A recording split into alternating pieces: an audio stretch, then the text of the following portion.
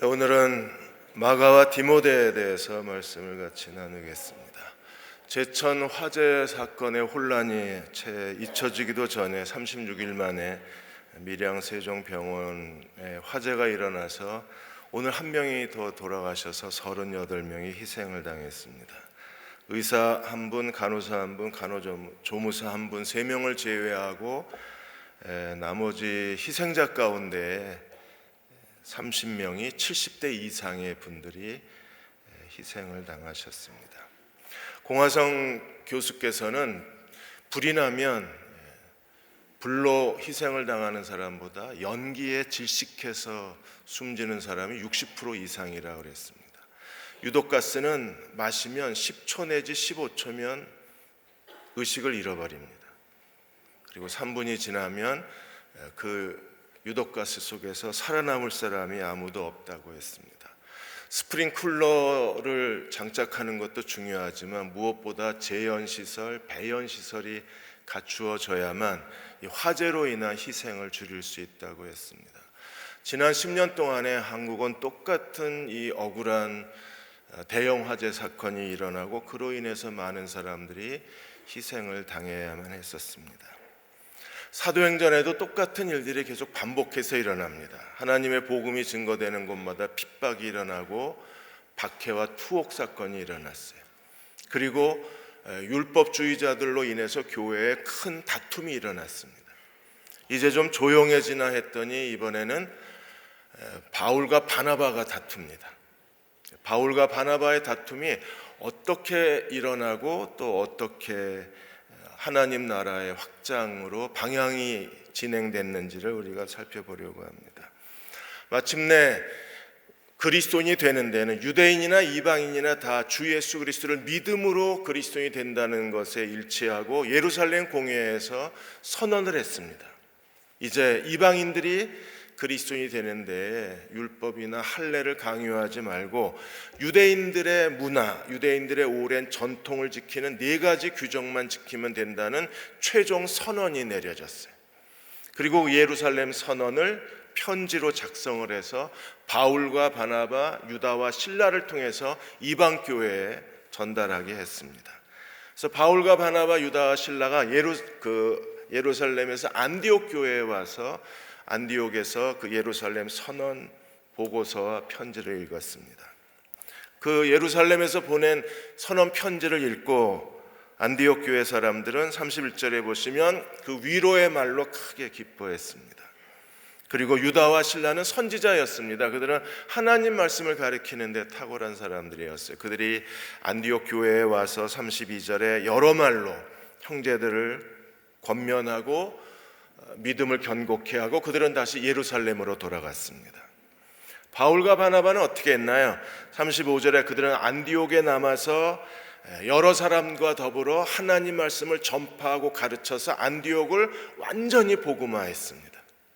이방 교회의 중심이요 선교 기지였던 안디옥 교회가 이제 율법과 그리스도, 믿음과 할례에 대한 혼란이 끝나고 예루살렘 대선언을 통해서 이제 예수 그리스도를 믿음으로 구원받는다는 복음의 진리가 확립이 됐어요.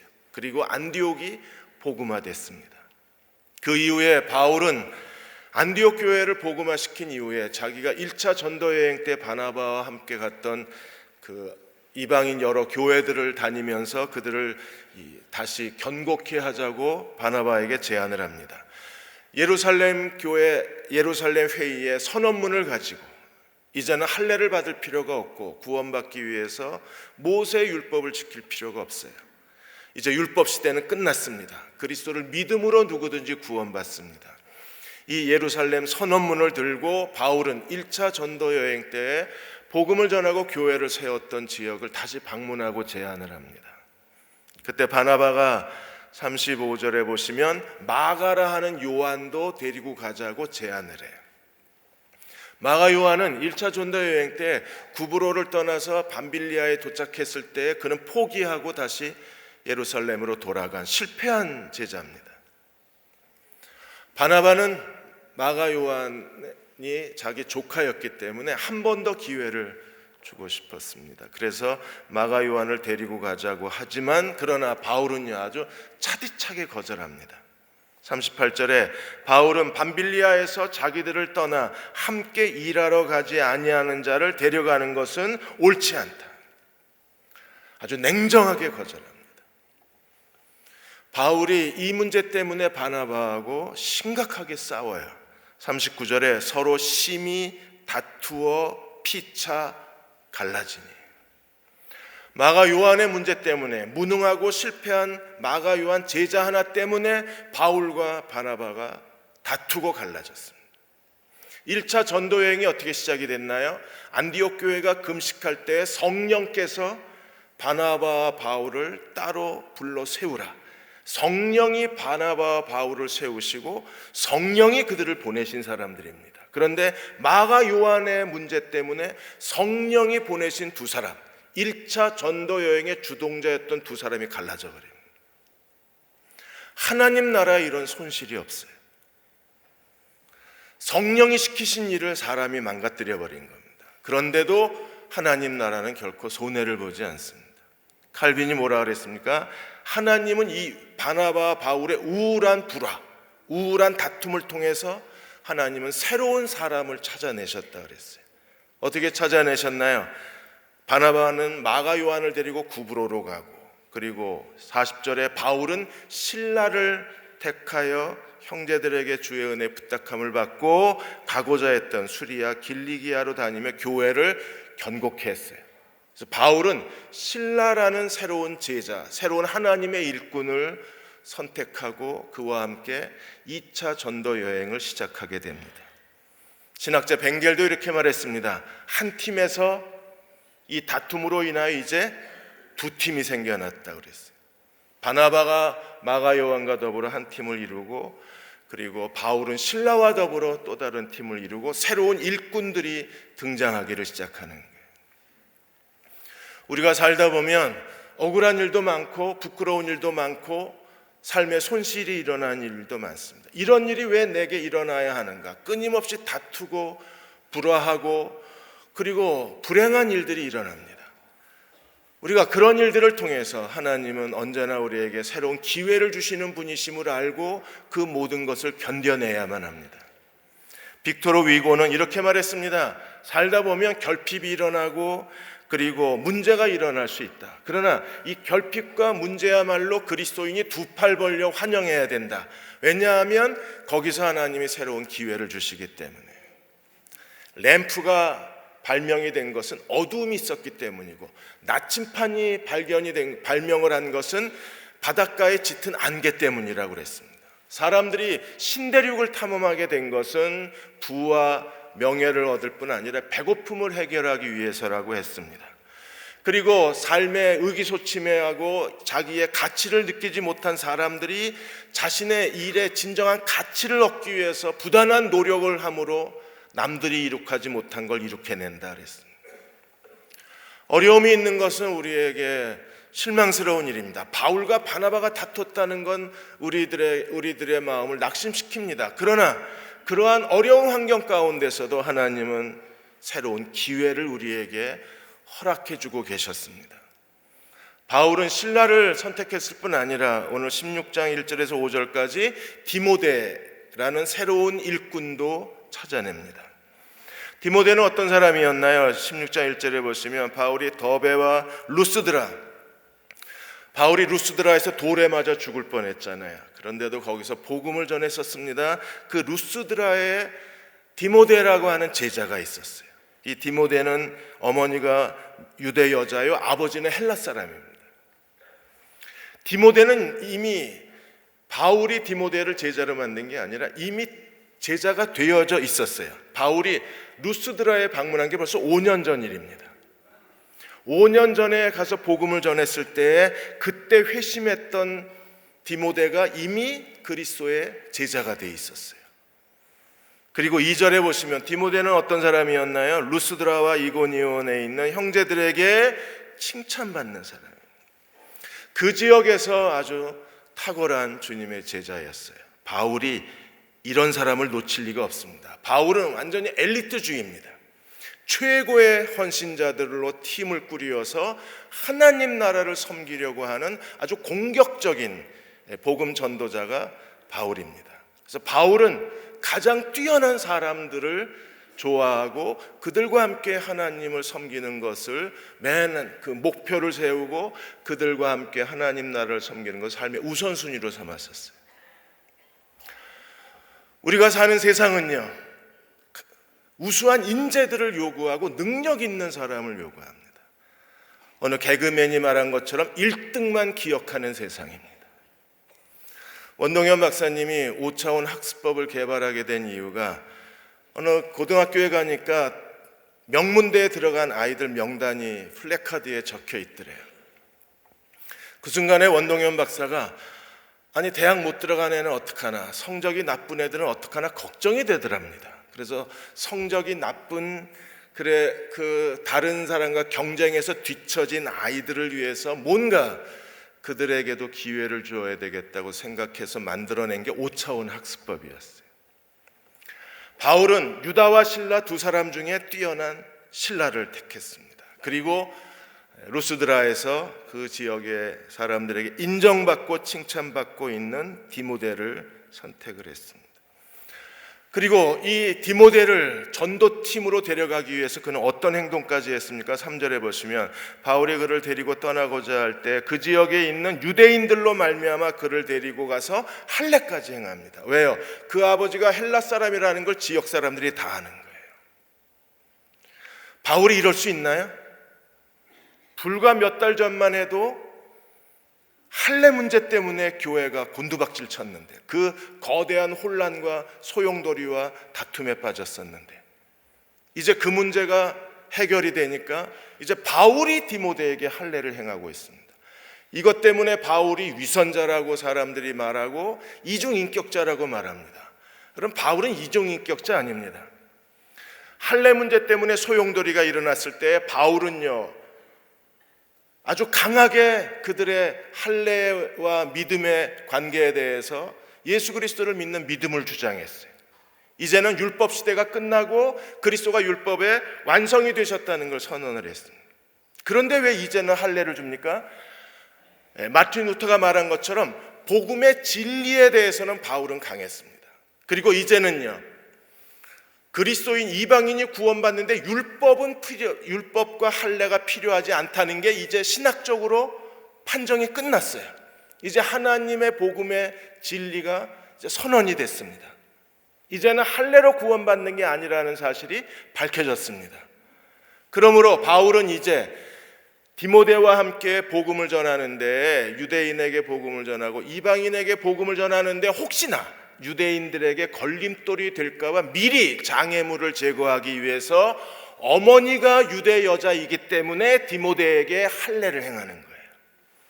그리고 복음 전하는데, 유대인에게 다가서는데 조금도 꺼리낌이 없게 디모데를 준비시키는 겁니다.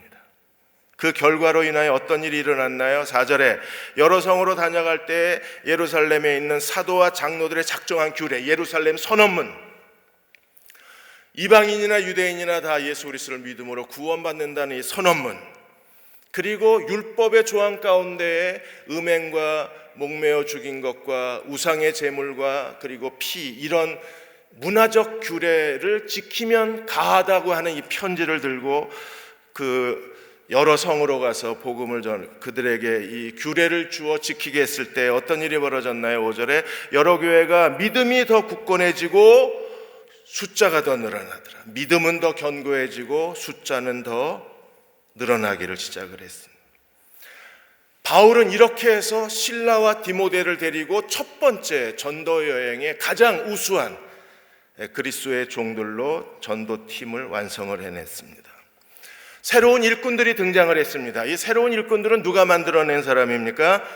첫 번째 마가 요한과 디모데를 보면 하나님이 쓰셨던 마가 요한은 지금은 실패자지만 이제 나중에 바울 서신에 그는 바울의 아주 귀중한 동역자가 돼요. 이 마가 요한과 디모데를 만들어낸 사람은 그의 어머니입니다. 어머니가 이 사도행전을 이끌어가는 복음의 충실한 일꾼들, 젊은 일꾼들을 만들어낸 거예요. 마가 요한의 어머니는 어떤 분이십니까? 성경에 요한이 많습니다. 마가 요한, 침례 요한, 사도 요한만이 있어요. 마가 요한의 어머니는 어떤 분이셨나요? 예루살렘 교회가 처음 설립되는 데에 전폭적인 후원을 한 사람이 마가 요한의 어머니 마리아입니다. 예수님의 어머니도 마리아인데 마가 요한의 어머니도 마리아예요. 마리아는 자기 집을 개방해서 하나님께 드렸습니다. 그래서 그 집에서 오순절을 경험하고 마가 요한의 어머니 마리아의 집에서 예루살렘 교회가 태어나고 예루살렘 교회의 본부 역할을 한 것이 마가 요한의 어머니의 집입니다. 사도행전 1장 13절에 들어가 그들이 요한은 다락방으로 올라가니 바로 이 다락방이 120명 정도가 모여 있을 수 있는 큰 다락방이었고 120명의 그 사람들이 오순절이 이르기까지 기도에 전념했던 곳이 이곳이었고 사도행전 2장에 오순절 성령 강림이 일어났던 지역도 이 마가 요한 어머니의 다락방입니다. 사도행전 12장 12절에 보시면 베드로가 그 천사가 베드로를 감옥에서 꺼내 놓은 다음에 감옥에서 탈출시키고 난 다음에 그가 깨달아요. 그리고 베드로가 어디로 갑니까? 마가라는 요한의 어머니 마리아의 집에 가니 여러 사람이 거기에 모여 기도하고 있더라. 그 집이었어요. 어머니는 헌신적인 분입니다. 어머니는 하나님께 하나님 나라 첫 번째 교회 시대의 문을 열었던 아주 귀중한 여인입니다. 그녀의 헌신과 사랑과 희생이 있었기에 예루살렘 교회가 사도행전에서 그 문을 열었어요. 그렇게 쓰임받았던 어머니였기에 그 어머니의 희생과 어머니의 사랑은 헛되지 않아서 결국 실패한 마가 요한을 바울의 귀중한 하나님 앞에 소중한 동역자로 만들어낸 겁니다. 바울이 스카우트한 디모데는 어떤 사람이었나요? 그 어머니의 믿음이 그대로 유전이 됐습니다. 디모데라는 이름을 티모테우스라고 말합니다. 이 티모테우스라는 단어는 하나님을 경외하는 사람, 하나님을 사랑하는 사람, 하나님을 높이는 자라는 이름의 뜻을 갖고 있어요. 디모데의 이 믿음에 대해서 바울이 이렇게 설명합니다. 디모데후서 1장 5절에 이는 내 속에 거짓이 없는, 디모데 속에 거짓이 없는 믿음이 있는 거예요. 그런데 이 믿음이 어디서 왔어요? 먼저 외조모 로이스와 내 어머니 유니게 속에 있더니 내 속에도 있는 줄을 확신하노라. 그럼 믿음이 생물학적으로 유전되는 건 아닙니다. 왜냐하면 구약시대에 하나님 앞에 가장 선한 왕 다음에 가장 타락한 우상숭배의 왕이 세워졌기 때문에 그렇습니다. 믿음이 생물학적으로 유전되는 게 아닙니다. 그러면 어떻게 되나요? 외조모니 로이스가 힘을 다해서 말씀을 가리켜서 거짓 없는 믿음을 그 어머니 유니게 속에 집어넣어줬어요. 그 어머니도 힘을 다해서 말씀을 가르쳐서 이 디모데의 마음속에 거짓 없는 믿음을 만들어준 겁니다. 정말 그런가요? 디모데후서 3장 15절에 바울이 디모데에 대해서 이렇게 설명합니다. 네가 어려서부터 성경을 알았나니. 그 당시에 성경은 누가 가리키나요? 집에서 가리키는입니다. 어머니가 어려서부터 성경을 알았나니 성경은 능히 너로 하여금 그리스도 예수 안에 있는 믿음으로 말미암아 구원에 이르는 지혜가 있게 아니라 디모데는 성경에 능한 자였습니다. 거짓 없는 믿음의 사람이었습니다. 그리고 루스드라와 이고니온에서 칭찬받는 사람이었습니다. 그때 나이가 10대 중반입니다. 바울은 그 디모데를 스카우트해서 전도팀에 함께 합류해서 하나님 나라 확장에 그를 사용하게 된 거예요. 그 뒤에 어머니가 있습니다. 이 시대를 이끌어가는 인격적으로 존경받는 사람들, 이 시대를 이끌어가는 인물들 뒤에는 누가 있나요? 어머니의 사랑과 어머니의 기도와 어머니의 가르침이 있습니다. 세계 최대 자선단체를 이끌어가고 있는 빌 게이츠 같은 경우에도 그게 어머니의 가르침입니다. 빌 게이츠가 그 하버드 대학 중퇴하고자 했을 때 그 아버지가 빌 게이츠에게 이렇게 얘기했습니다. 내 아들아 나는 너를 믿는다. 아버지가 너를 믿는다고 말해주고 그 대학 중퇴하는 아들을 격려를 합니다. 그리고 MS 그 마이크로소프트사를 창업해서 세계 제1의 갑부가 돼요. 어머니가 하버드 대학에 들어갔을 때 어머니가 그 빌 게이츠에게 이런 얘기를 했습니다. 너는 돈 많이 버는 성공하는 사람이 되려고 애쓰지 말고 많은 사람들에게 나누어 주는 성공한 사람이 되라. 이게 하버드 대학 들어갔을 때 어머니의 축하 메시지였어요. 근데 대학을 중퇴해 버렸습니다. 근데 아버지한테 이 빌 게이츠가 항상 약속한 게 뭐냐? 언젠가 다시 내가 대학 졸업장을 타겠다고 약속을 하고 이제 32년 만에, 중퇴하고 32년 만에 2007년 6월 7일 날 하버드 대학 명예 졸업장을 받습니다. 그 자리에서 졸업식 연설을 하면서 빌 게이츠가 이렇게 말합니다. 난 드디어 아버지하고 약속을 지켰습니다. 이제 나는 졸업장을 받았습니다. 이제 내일부터 나는 다른 직업의 사람이 될 겁니다. 지금까지는 돈을 버는 사업가였다면 이제 내일부터 나는 가난한 사람들을 돕는 자선 사업가로 살 것입니다. 어머니가 나에게 그 길을 가르쳐 주셨습니다. 결혼할 때 그 결혼식 이벤트를 하는데 어머니가 직접 편지를 써서 이 아들 내외에게 읽어주었잖아요. 그 마지막 그 결혼 축하 메시지의 마지막 문장이 어떤 문장입니까? 많은 것을 받은 사람은 다른 사람들에게 많은 것을 베풀 의무가 주어지는 거다. 나는 너희 부부가 많은 사람들에게 무엇을 나누어 주어야 할지를 생각하는 부부가 됐으면 좋겠다. 그래서 자선사업가가 된 거예요. 어머니의 가르침이 빌 게이츠의 삶의 걸음을 이끌어간 겁니다. 두 번째로 바울과 바나바의 리더십이 제자들을 만들어냅니다. 두 종류의 리더십이 있습니다. 바울형 리더십이 있고 바나바형 리더십이 있습니다.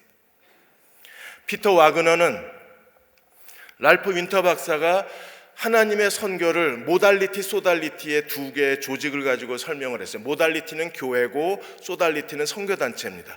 이 모달리티, 소달리티 두 개가 나뉘어졌을 때 하나님 선교가 활발하게 진행이 되고 모달리티, 소달리티가 함께 혼합이 되면 선교가 둔화되어져 갔어요. 그런데 피터 와그너는 이걸 리더십으로 비유를 했습니다. 모달리티적 리더십이 있고 소달리티적 리더십이 있다는 거예요. 모달리티 리더십은 무엇입니까? 사람 중심입니다. 어떤 큰 업적을 이루거나 능력을 드러내기보다는 사람과 공동체의 화목을 중요시하는 거예요. 그래서 모달리티 리더십을 화합형 리더십이라고 합니다. 바나바가 이 모달리티 리더십입니다. 그래서 바나바는 실패한 마가 요한을 조카이기도 했지만 실패한 마가 요한을 끌어안고 사도행전 무대에서 사라져요. 그리고 마가 요한이 다시 바울 서신에 등장을 하는 겁니다. 바울은 소달리티, 과업 중심의 리더십입니다. 그래서 이 소달리티 리더십은요, 능력 있는 사람만 원하고 헌신적이고 열정적이고 희생적인 삶을 요구합니다. 아주 공격적인 하나님 나라를 전파하는 전도자의 삶을 사는 거예요. 소달리티의 리더십을 가진 사람들은 과업 중심이기 때문에 기꺼이 사람을 버리고 적이 되고 사람과의 다툼을 별로 두려워하지 않습니다.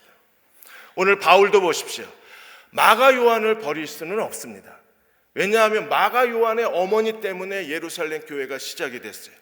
적어도 그 어머니의 예루살렘 교회와 사도행전과 하나님 나라의 그 어머니가 바친 희생과 공로를 기억한다면 마가 요한이 아무리 무능해도 그렇게 내다버릴 수는 없습니다. 그런데 바울은 아주 냉정하게 버립니다. 실패한 사람은 필요 없다는 거예요. 더군다나 바울이 바나바를 저렇게 대하는 것은요, 이건 상식이 아닙니다. 왜요? 오늘의 바울이 있게 만들어준 사람이 누군가요? 바나바잖아요. 아무도 바울의 회심을 믿지 않았을 때 바울을 끝까지 믿어주고 사도들 앞에 변호하고 증언해준 사람은 바나바 하나밖에 없었어요.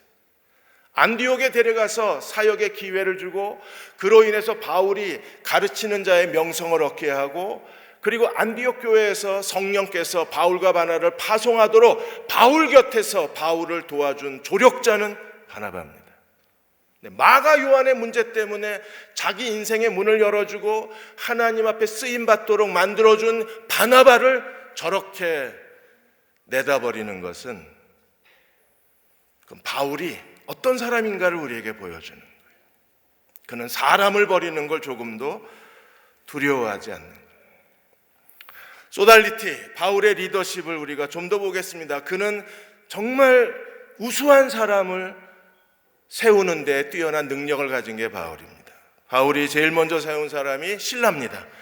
유다와 실라 두 사람이 예루살렘에서 안디옥 교회로 파송을 받았습니다. 유다가 지도자입니다. 그런데 왜 바울은 실라를 택했을까요? 실라의 라틴어 로마식 이름이 실루아노입니다. 이 두 사람이 다 하나님 말씀을 가르쳤던 사람입니다. 그런데 왜 실라였을까? 우리가 사도행전 16장에 빌립보 감옥에 체포당했을 때, 그들이 체포를 당하고 채찍을 당했을 때 바울이 이렇게 말합니다. 로마 시민권자인 우리를 이렇게 재판도 없이 투옥하냐. 그래서 바울과 실라는 로마 시민권자였어요. 실라는 로마 시민권을 가졌습니다. 하나님 말씀을 가리키는데 탁월한 능력을 가졌습니다. 그리고 무엇보다도 헬라 문화와 유대 문화, 이중 문화권에서 살았기 때문에 그는 헬라인에게 복음을 전하는 데에도 뛰어났고 유대인들에게 복음을 전하는 데에도 아주 준비가 된 사람이 실라였었어요. 그래서 바울의 신실한 동역자로 하나님께 쓰임을 받았습니다. 데살로니가전서 1장에 보면 데살로니가 교회에 편지를 하면서 바울과 실루아노와 디모데가 편지한다고 쓸 정도로 바울은 실루아노와 디모데의 동역을 통해서 제2차 전도여행, 유럽 전도여행을 성공적으로 이루어낼 수 있었어요. 실루아노는 바울만 도운 것이 아니라 베드로도 도왔습니다. 베드로전서 5장 12절에 보시면 내가 신실한 형제로 아는 실루아노로 말미암아 너에게 간단히 써서 권하고, 베드로 전후서는요, 헬라어 문체로 보면 굉장히 우아한 서신입니다. 어부가 쓸만한 편지가 아니에요. 굉장히 교양 있고 그리고 지성미가 넘치는 문장으로 구성되어 있는 게 베드로 전후서입니다. 누가 썼어요? 실루아노가 썼습니다. 그는 가르치는 일에 로마 시민권과 그 다음에 헬라와 유다 두 문화권에서 공존하고, 무엇보다도 하나님 말씀에 대한 탁월한 해석 능력과 문장 능력까지 갖춘 사람이 실라였어요. 그래서 바울이 픽업을 하는 겁니다. 오늘 우리 주변의 세상도 가장 뛰어난 사람들만 찾습니다. 미국의 작년에 NBA 농구에서 최고 연봉을 받은 선수가 스테판 커리라는 선수입니다. 이 선수가 1년에 받는 연봉이 2억 100만 달러입니다. 한국 돈으로 1년에 2,300억을 받습니다. 우리가 평생 벌어도 못 버는 돈을 1년에 받습니다. 5년 계약을 해요. 어마어마한 연봉을 받을 만큼 그는 아주 뛰어난 NBA에서 가장 탁월한 농구 선수 중에 한 사람입니다. 지금 실리콘밸리에서는 야단이 났습니다. 왜냐하면 AI, 인공지능 분야의 전문가를 찾는데, 여러분 최저 연봉이 어디서부터 시작되느냐 하면 10만 달러부터, 우리나라 한 1억 1천만 원부터 시작을 해요. 그게 기본입니다. 기본에서. 그래서 가장 많이 연봉이 제시되는 데는 무려 1천만 달러, 100억 이상의 연봉이 제시가 되고 인공지능 분야의 전문가를 찾는 거예요. 바울은 그런 사람만 눈에 띄는 겁니다. 그래서 유다와 실라가 안디옥에 왔을 때 그가 가르치는 모습을 보고 또 그의 탁월함을 보고 그는 자기의 전도여행팀에 합류를 시킵니다. 바울이 찾은 또 다른 사람은 디모데입니다. 디모데가 바울을 만나서 회심했을 때가 10대 중반이었을 걸로 우리가 추정을 합니다. 스데반이 돌에 맞아 죽은 자리에서 바울이 회심을 했습니다. 그리고 루스드라에서 바울이 돌에 맞아 죽어갈 때 디모데가 회심을 합니다. 한국 교회사에서 로버트 마페 선교사가 돌에 맞아 피투성이가 되었을 때 그 자리에서 이기풍 목사가 회심을 합니다. 디모데는 어떤 사람인가요? 디모데전서 1장 2절에 믿음 안에서 참된 아들이라고 불렀어요. 디모데는 아주 뛰어난 바울의 동역자였습니다. 바울과 함께 고린도에 1년 6개월 머물고 에베소에 3년을 머물면서 바울이 가는 곳마다 그림자처럼 따라다니면서 함께 하나님의 복음을 전한 바울의 동역자요, 바울의 믿음의 아들이요, 그리고 바울의 후원자였었어요. 바울이 그가 개척한 교회에 갈 수 없을 때 바울이 자기를 대신해서 보낼 만한 제자가 디모데였습니다. 데살로니가에도 디모데를 보내고 고린도에도 디모데를 보내고 빌립보 교회에도 디모데를 보냈습니다. 그는 바울을 대신할 만큼 복음에 유능한 사람이었어요. 그리고 하나님 말씀을 완벽하게 전했던 사람입니다. 바울이 쓴 서신 가운데 5개는 디모데가 대피를 했습니다. 바울의 사상과 영감과 지혜를 그대로 글자로 옮겨 놓을 수 있는 사람이 디모데였었어요. 우리도 이러한 뛰어난 사람들에게 열광을 합니다.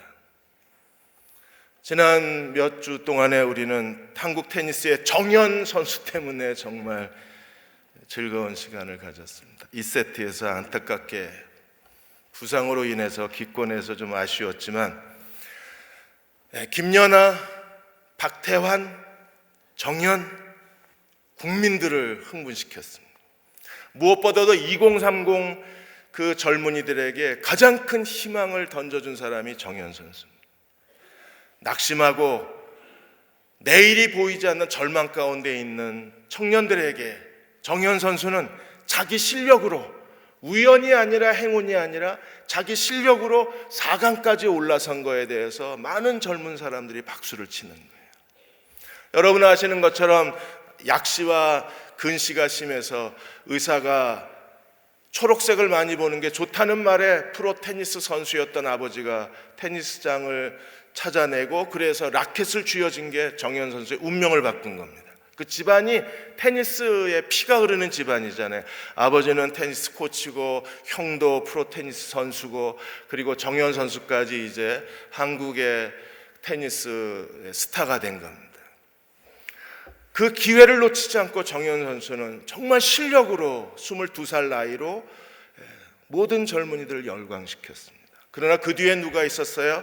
삼성이 적극적으로 이 정연 선수를 후원을 했습니다.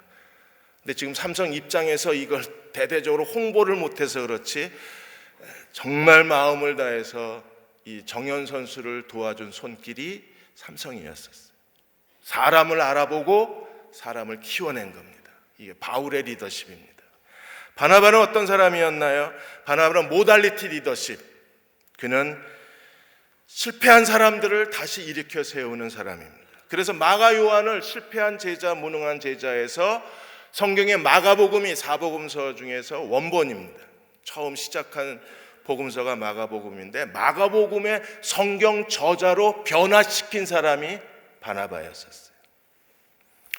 마가 요한은 어떤 사람이었습니까? 마가복음 14장 51절 52절에 보시면 예수님이 체포당하셨을 때 한 청년이 벗은 몸에 뱃 혼입을 담요를 뒤집어 쓰고 예수님은 따라가다가 무리한테 잡혔습니다. 그러자 이 청년이 어떻게 했어요? 뱃 혼입을 버리고 벗은 몸을 알몸으로 최초의 스트리킹한 사람이 마가 요한입니다. 마가가 이걸 안 썼으면 아무도 몰랐어요.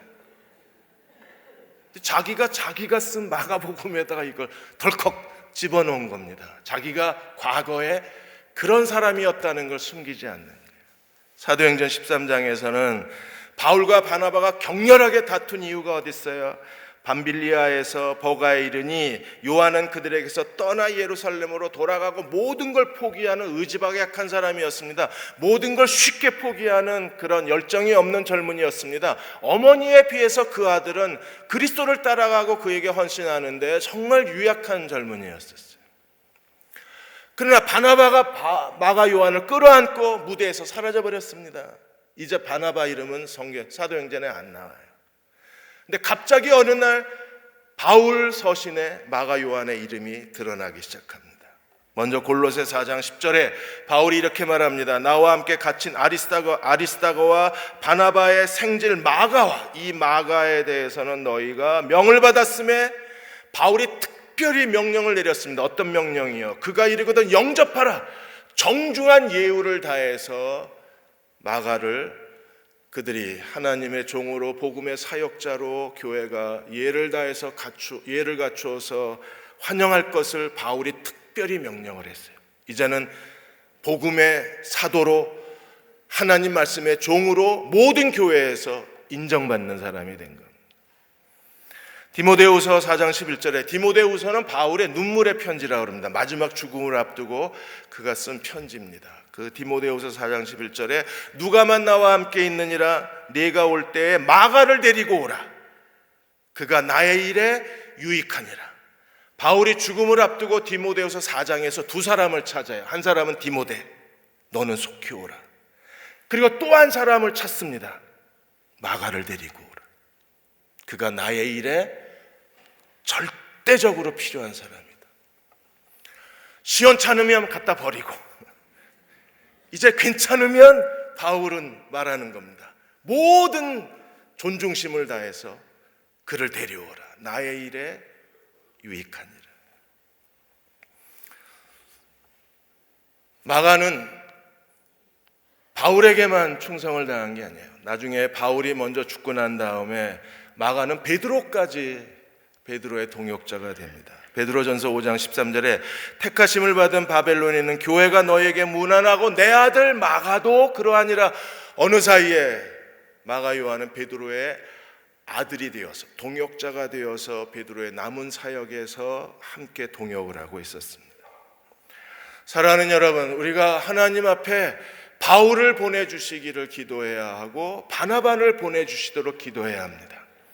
혼자 아무리 노력해도 일이 잘 풀리지 않고 기회가 주어지지 않을 때 기도를 바꾸세요. 하나님, 바울을 보내주십시오. 그리고 바나바를 보내주십시오. 혼자 성공할 수 있는 사람이 없습니다. 하나님이 보내신 바울을 만나고 바나바를 만날 때 그곳에서 하나님은 새로운 길을 열어주실 수 있는 거예요. 만일에 바울이 신라를 픽업하지 않았으면 신라는 그냥 예루살렘에서 선지자 노릇하다 끝났을 겁니다. 그러나 바울이 신라를 픽업해서 전도 여행을 함께 가서 소아시아와 유럽의 복음을 전했을 때 신라는 사도행전에 바울의 동역자가 되어서 그의 능력을 마음껏 드러낼 수 있었어요. 만일에 바울이 디모데를 픽업하지 않았으면 디모데는 그냥 루스드라에서 유명한 사람이었을 뿐일 겁니다. 그러나 그를 국제 무대에 옮겨놓고 사도행 무대에 옮겨놓자 바울의 동역자가 되어서 우리 시대에 우리까지 디모데가 어떤 사람인지 그가 얼마나 하나님을 위해서 크게 쓰임받았는가를 우리가 알 수 있는 것은 바울이 실라와 디모데를 픽업해서 그 뛰어난 사람들을 사도행전 무대에 세웠기 때문입니다.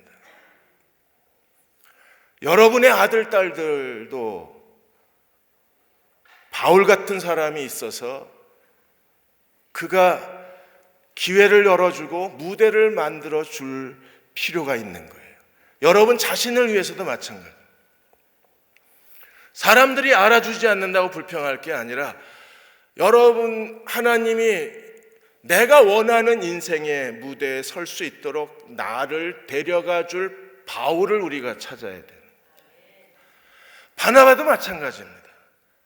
그렇게 오랫동안 그 무능한 자리에서 머물러 있으면서 거기서 아무리 기회를 기다려도 오지 않습니다. 누군가가 바나바와 같은 사람이 나를 끌어안고 내가 뭘 할 수 있는 사람인가를 찾아주고 그 일을 함께 노력해주고 그리고 내가 그렇게 하나님께 쓰임받을 수 있는 사람으로 나를 만들어줄 수 있는 리더십이 내 곁에 있어야 하나님이 나를 쓰실 수 있는 거예요.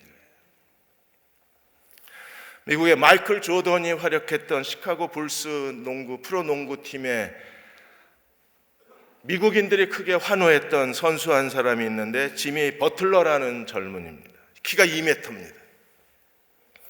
지미 버틀러가 사람들에게 환호성을 받은 이유는 지미가 태어났을 때 버틀러가 태어났을 때 아버지가 가출해 버립니다. 엄마가 이 아이를 키우다가 13살 때 이 아이를 갖다 버립니다. 그래서 길거리에서 살면서 학교를 다녀야 했었어요. 그렇게 고통스럽고 어려운 시절을 보내다가 같은 학교에 있는 그 조던 레슬리라는 친구를 만나서 둘이 마음이 통했어요. 그래서 레슬리하고 같이 농구도 하고 어느 날 정말 집에 어디 가서 잘 데가 없어가지고 할 수 없이 레슬리 집에 가서 잔 거예요. 근데 레슬리 엄마가 이 미셸이라는 분이신데 지금 사진에 나와 있는 저분이신데 저분이 보니까 하루 와서 자고 이틀 와서 자고 3일째 또 오는 겁니다. 그래서 버틀러하고 아들을 불러다가 너 무슨 일이냐고 했더니 그제서야 이제 버틀러가 자기는 집이 없다는 얘기를 해요. 미셸은 이미 재혼한 여자입니다. 그래서 그 레슬리 아버지도 아이가 셋이 있고 미셸도 아이가 셋이 있어요. 둘이 합치니까 6명이에요. 거기서 또 애가 하나 나왔어요. 그래서 7명의 아이가 있고 부부가 있고 집에 9식구가 살아요. 그러니까 엄마가 야 하나 더 있어봐야 이러고 이제 버틀러를 자기 집에 살게 한 겁니다. 9명이 바글거리는 집이나 10명이 복작거리는 집이나 뭐 그렇잖아요. 근데 정말 엄마도 아닌데 엄마 노릇을 한 겁니다. 친모도 아니고 양모도 아니고 엄마도 아닌 엄마가 미셸이 된 거예요. 자기 아들하고 똑같이 키웠습니다. 똑같은 규칙과 똑같은 음식과 똑같은 사랑을 베풀어 준 거예요. 근데 비틀러는 이 농구를 잘했기 때문에 그래서 대학에 들어갈 때도 농구 특기생으로 들어갔는데 어머니가 농구로도 유명하고 학문적으로도 유명한 그 마퀻 대학이라는 데 이 아이를 보내요. 공부를 못 따라가는 겁니다. 거기는 농구만 해가지고는 안 되고 공부도 같이 해야 되는 거예요. 그만두겠다는 버틀러를 어머니가 계속 설득을 해서 그 학교를 다니게 합니다. 그래서 3학년 때부터 공부도 잘하고 이제 농구도 잘하는, 그래서 유명해지기 시작해서 결국에는 시카고 불스의 프로 농구 선수로 화려하게 입단을 하게 된 거예요. 노숙자에서 이제 모두가 부러워하는 프로농구 스타가 된 겁니다. 혼자 그렇게 되나요? 아니요. 곁에 누군가가 돕는 사람이 있어야 돼요. 바울이든지 바나바든지 누군가가 나를 곁에서 도와주어야, 그래야 하나님이 나를 만들어내실 수 있고 내 인생에 새로운 기회를 주실 수 있고, 그래야 하나님이 나를 원하시는 무대로 데려가실 수 있는 거예요. 여러분 자신을 위해서도 기도하십시오. 바울을 보내주십시오. 바나바를 보내주십시오. 교회도 잘 준비된 사람들만 데려다 쓸 것이 아니라 대흥교회도 잘 준비된 사람을 키워내는 교회가 돼야 합니다. 그래서 하나님 나라의 유익한 그리스도의 종들을 평신도든 목회자든 우리가 만들어서 양육하고 훈련해서 하나님 나라로 내보낼 수 있어야 돼요. 여러분의 인생에도 아직 길이 열리지 않는다면 기도를 바꿔보십시오. 하나님, 바울을 내게 보내주십시오. 바나바를 내게 보내주십시오. 여러분의 아들, 딸들이 길이 꽉 막혀서 꼼짝도 하지 못하고 오래 기도했는데도 응답이 되지 않으면 이제 기도를 바꿔야 될 때가 됐어요. 하나님, 바울을 보내주십시오. 바나바를 보내주십시오. 새로운 기회를 허락해 주실 것입니다. 그렇게 쓰임받는 저와 여러분 되시기를 주의 이름으로 축원합니다. 다 일어나셔서 373장입니다. 고요한 바다로 저 천국 향할 때 주 내게 순풍 주시니 참 감사합니다. 1절하고 4절 부르시고 기도하고 축도하겠습니다.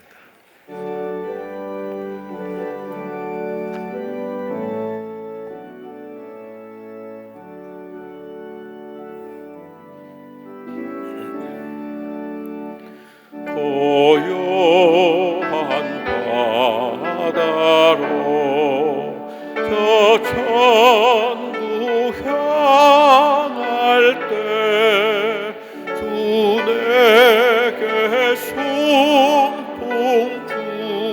주시니 참 감사합니다.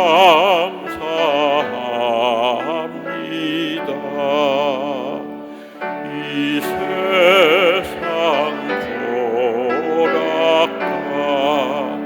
주 뜻을 본받고 내 몸이 의지 없을 때 큰 믿음 주소서.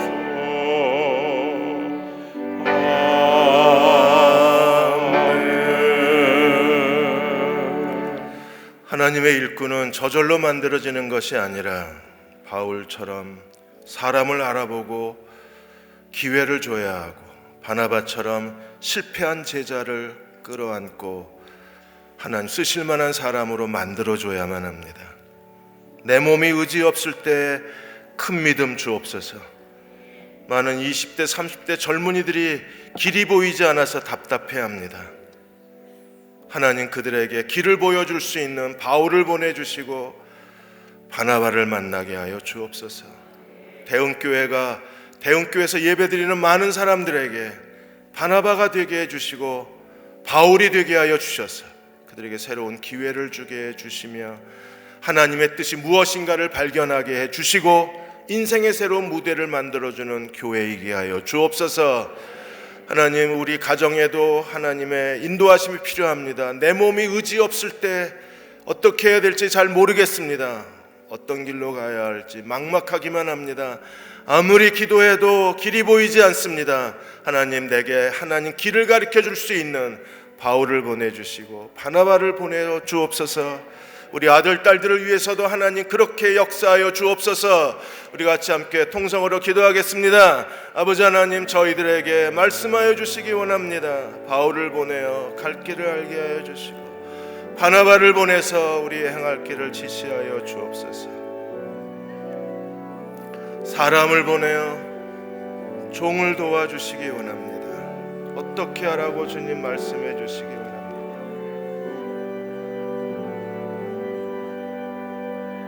하나님 하실 일을 알려 주옵소서. 오 하나님, 마음의 답답함을 가지고 주 앞에 의지합니다. 하나님의 행하실 일들을 종에게 보게 해주시고 주의 거룩한 일들이 나타나게 하여 주시옵소서.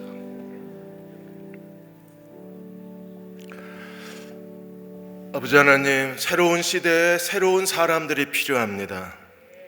대한민국을 이끌어갈 사회, 정치, 경제, 교육, 문화 각 분야에 새로운 리더들이 필요합니다. 하나님, 그 리더들을 찾아낼 수 있는 바울과 바나바들이 더 많아지게 하여 주시고 대형교회도 함께 예배드리는 교우들 한 사람 한 사람의 재능을 발견해 주고 하나님의 길을 발견해 주고 그의 길을 열어줄 수 있는 교회가 되게 하여 주시고 무엇보다도 우리 서로가 서로를 위해서 바울의 역할과 바나바의 역할을 하게 하여 주옵소서.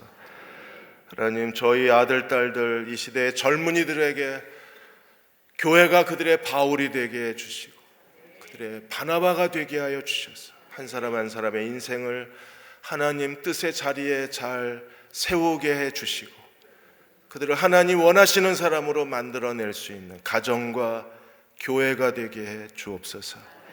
우리 한 사람 한 사람을 위해서도 아버지, 이번 한 주간 동안에 하나님이 보내신 바울을 만나게 해주시고 나를 위해서 보내주신 바나바를 내가 알아보게 해주시고 그의 손을 잡게 하여 주시고 그와 함께 새로운 도전을 일구어낼 수 있는 믿음의 종들이 되게 도와 주옵소서.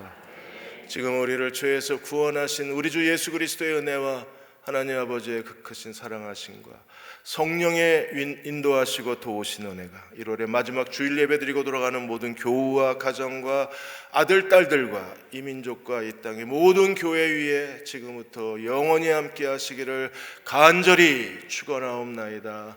아멘.